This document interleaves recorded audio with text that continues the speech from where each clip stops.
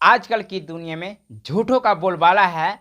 जो सच बोलता है उसके मुंह पर लगता ताला है और झूठों के हाथ में झूठ का कंठी माला है। नमस्कार दोस्तों, मैं चंदन भारती आ गया हूं मैं अपने नए शो के पहले एपिसोड के साथ। तो स्टार्ट करते हैं। तो मैंने बताया था कि मेरे शो का नाम मानवीय जीवन एवं उनके संस्कार यानी कि human life and their sacrament. तो सबसे पहले हम मानवीय जीवन एवं उनके संस्कार का संक्षेप में अर्थ जान लेते हैं। मानवीय जीवन, श्री कृष्ण जी भागवत गीता में बताते हैं कि श्री कृष्ण जी भागवत गीता में यह बताते हैं कि मानवीय जीवन का उद्देश्य आत्म साक्षात्कार करना होता है, यानी अपने आप को जानना होता है, पहचानना होता है कि मैं कौन हूँ, क्यों हूँ, क्या हूँ, कैसे हूँ और किस उद्देश्य से हमें धरती पर भेजा गया है। यह पावर केवल मनुष्य को ही मिला है, किसी पेड़ पौधा को नहीं। इसीलिए हमें इस मनुष्य जीवन को बर्बाद नहीं करना चाहिए और इसका भरपूर उपयोग करना चाहिए और आगे बढ़ना चाहिए। कुछ लफ्ज बोल रहा हूँ, कुछ शब्द बोल रहा हूँ, इस पर गौर फरमाइएगा। जिसने हमें मानव जीवन दिया, जिसने हमें मानव जीवन दिया उनको मैं नमन करता हूँ। जिसने हमें जन्म दिया, जिसने हमें जन्म दिया उनको मैं नमन करता हूँ। जिसने हमें दूध पिलाया, जिसने हमें दूध पिलाया उनको मैं नमन करता हूँ। जिसने हमें चलना सिखाया, जिसने हमें चलना सिखाया उनको मैं नमन करता हूँ। जिसने हमें शिक्षा दिया उनको मैं नमन करता हूँ। जिसने हमें दूध पिलाया उनको मैं नमन करता हूँ। जो गैया हमें दूध देती है उनको मैं नमन करता हूँ। जिस देश में मेरा जन्म हुआ उनको मैं, यानी उस देश को मैं नमन करता हूँ।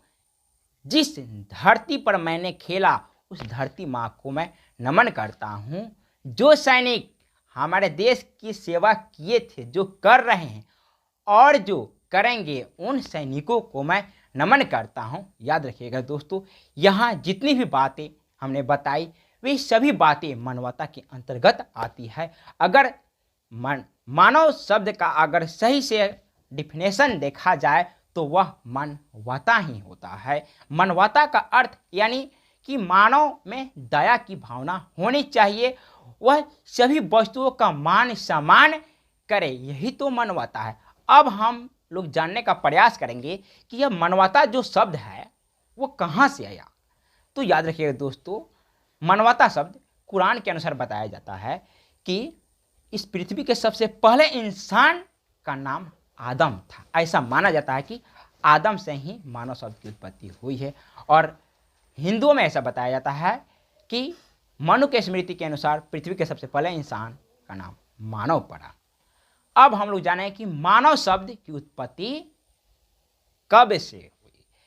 तो सृष्टि के संरचना के 1,20,95,989 वर्ष बाद हुई थी, यानी पृथ्वी का संरचना हो जाने के बाद जीवन का स्टार्ट हुआ। यानी आज से लगभग 5 बिलियन वर्ष पहले पृथ्वी का संरचना हो चुका था।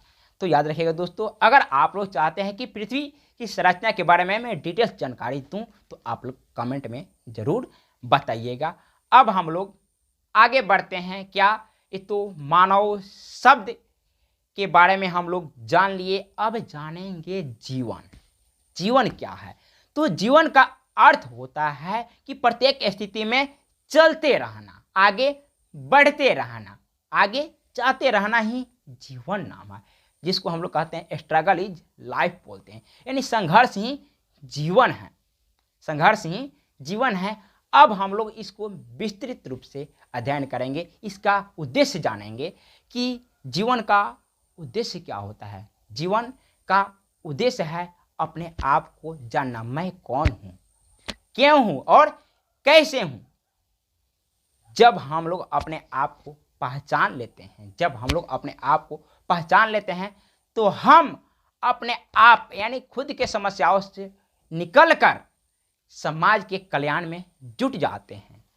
अगर ऐसा नहीं करते हैं, ना ही तो हम लोग जिंदगी का आनंद ले पाएंगे और ना ही समाज को कुछ दे ही पाते हैं। अब बताऊंगा जीवन का प्रतीक क्या होता है।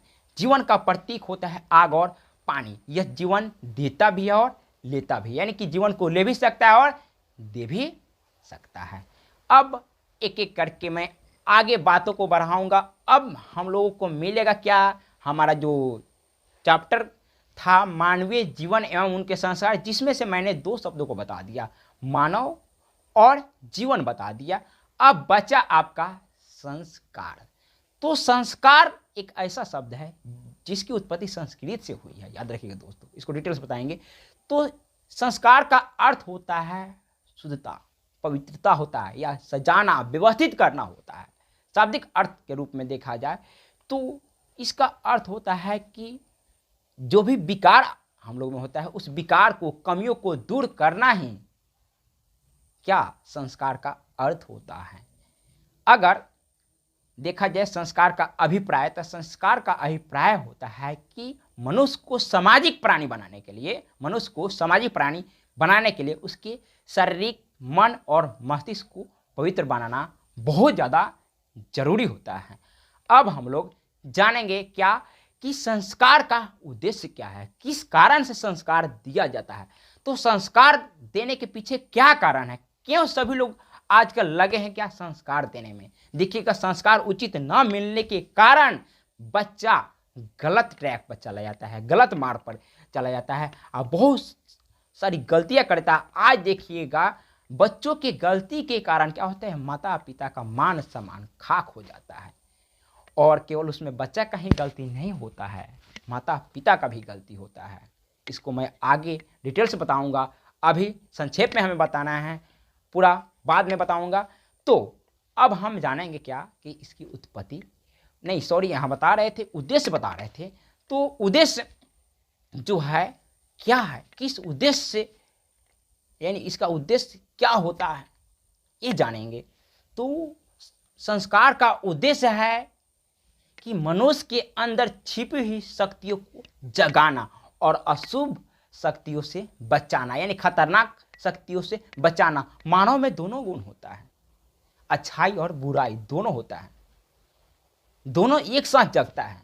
लेकिन अगर किसी के देख रेख में इस शक्ति को जगाया जाए तो वहां पर क्या होगा, जैसे गुरु हो गया, गुरु क्या करेगा, आपके अशुभ शक्तियों को दबाता है और शुभ शक्तियों को जगाता है। इसलिए गुरु के संपर्क में आकर ही शक्तियों को जगाया जाए तो सबसे ज़्यादा सर्वश्रेष्ठ ही होगा। अब इसके उत्पत्ति के बारे में हम लोग जान लेते हैं। तो संस्कार जो शब्द है, इसकी उत्पत्ति संस्कृत से हुई है, याद रखिएगा दोस्तों। संस्कृत को इसका जननी कहा जाता है। संस्कृत एक ऐसा भाषा है, देवों की वाणी कही जाती है और भारत का तो मान सम्मान आन और बाण है। इसी से संस्कार शब्द की उत्पत्ति हुई है, इसको कहा जाता है। इसका अर्थ अगर देखा जाए तो होता है शुद्धता या पवित्रता। इसको अंग्रेजी में सैक्रामेंट कहते हैं, जिसका अर्थ होता है धार्मिक विधान होता है। तो आज के लिए दोस्तों इतना ही। अब विदा लेना चाहूँगा तो कुछ शब्द मैं बोलूँगा। मैं कभी झूठ बोलता नहीं, मैं कभी झूठ बोलता नहीं, या तो सच बोलता हूँ या बोलता ही नहीं हूँ। जय हिंद, जय भारत।